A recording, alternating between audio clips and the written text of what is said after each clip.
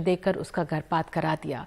लड़की जुलाई में हुए अपने निकाह का रजिस्ट्रेशन कराने गई थी, जब बजरंग दल के कहने पर पुलिस ने उसे नारी निकेतन और उसके पति को जेल भेज दिया था। 8 दिन नारी निकेतन में गुजारने के बाद अब पिंकी अपनी ससुराल आ गई है। मैजिस्ट्रेट को उसने कल बयान दिया था कि वो बालिग है और उसने राशिद से अपनी खुशी से शादी की है। इसके बाद मैजिस्ट्रेट ने उसे पति के साथ रहने की इजाज़त दे दी। हमने कहा हमने अपनी मर्जी से शादी कर रही है। 24 जुलाई को मैंने निकाह कराया अपना ISBT आज़ाद कॉलोनी। मैंने निकाह कराया अपनी मर्जी से शादी की है। 22 साल की हूँ, बालिग हूँ मैं। अपनी जिंदगी फैसले खुद ले सकती हूँ मैं।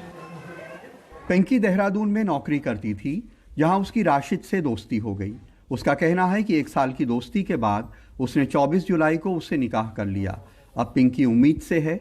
6 दिसंबर को वो अपने पति के साथ शादी का रजिस्ट्रेशन करवाने गई थी, जहां बजरंग दल वालों ने उसे पकड़ लिया। तत्काल तो जैसा हमें पता चला, हमने अपने कार्यकर्ताओं को सूचना दी जी। वो आए, ये तहसील से निकल चुके थे, तो हमने इनका पीछा करते हुए यहाँ मोहल्ला पट्टीवाला में रविदास मंदिर के पीछे हम इन लोगों को पकड़ा। सांप्रदायिक रूप से बंटे इस समाज में पिंकी के साथ सिर्फ बजरंग दल ही नहीं, बल्कि तमाम सरकारी गैर सरकारी लोगों ने ज्यादती की, ऐसा पिंकी का आरोप है। उसका कहना है कि रजिस्ट्रार ने नए कानून के बहाने 4 महीने पुरानी शादी रजिस्टर नहीं की। पिंकी के ही वकील ने उसे बजरंग दल से पकड़वा दिया। बजरंग दल FIR करवाने पिंकी की मां को घर से लाया।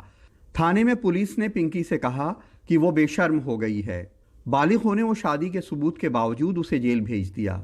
नारी निकेतन की वार्डन ने पेट दर्द बताने पे कहा कि वो झूठी है। बजरंग दल के कार्यकर्ता जब आपको रास्ते से पकड़ के ले गए थे, तो क्या उन्होंने मारपीट की थी आपके साथ? सर धोखा मुक्की करी है, ऐसी गाली गलौज पकड़े थे, मारने की धमकी दे रहे थे कि इसे तो मार देना चाहिए। थाने में जब आप गई तो पुलिस का कैसा व्यवहार था आपके साथ? सर वो भी कह रहे थे कि ये झूठ बोल ली है, शर्म नहीं आई, ऐसे बोल रहे थे। पिंकी को शक है कि सरकारी अस्पताल में इंजेक्शन लगने के बाद हुई ब्लीडिंग से उसका मिसकैरेज हो गया, लेकिन सरकारी डॉक्टर कहते हैं कि ये बात गलत है, उसका बच्चा सही सलामत है। मेरे तो पेट पे दर्द था, मैंने पेट ही दर्द बता रखा था, उन्होंने खुद ही लगाई इंजेक्शन। मुझे नहीं पता कौन से इंजेक्शन लगाए, पर मेरे को ब्लीडिंग बहुत जान लगी, मिसकैरेज भी हो चुका है। लेकिन पिंकी के पति और देवर की मुसीबतें अभी खत्म नहीं हुई हैं।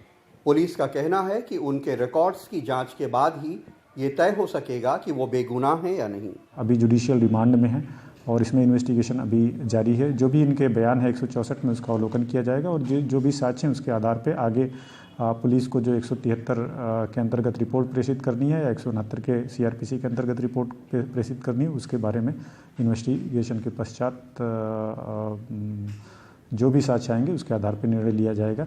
यूपी में औसतन 10 हत्याएं रोज होती हैं, जिनमें ज़्यादातर हिंदू होते हैं, लेकिन बजरंग दल कभी हिंदुओं के कातिलों को पकड़ के थाने नहीं लाता। तमाम हिंदू बच्चियों से रेप होते हैं, लेकिन उनके बलात्कारियों को थाने नहीं लाता है। अगर हम ट्रैफिक नियम तोड़ें तो भी चालान बजरंग दल नहीं, ट्रैफिक पुलिस करती है। फिर ये बेगानी शादी के अब्दुल्ला दीवाने क्यों हैं?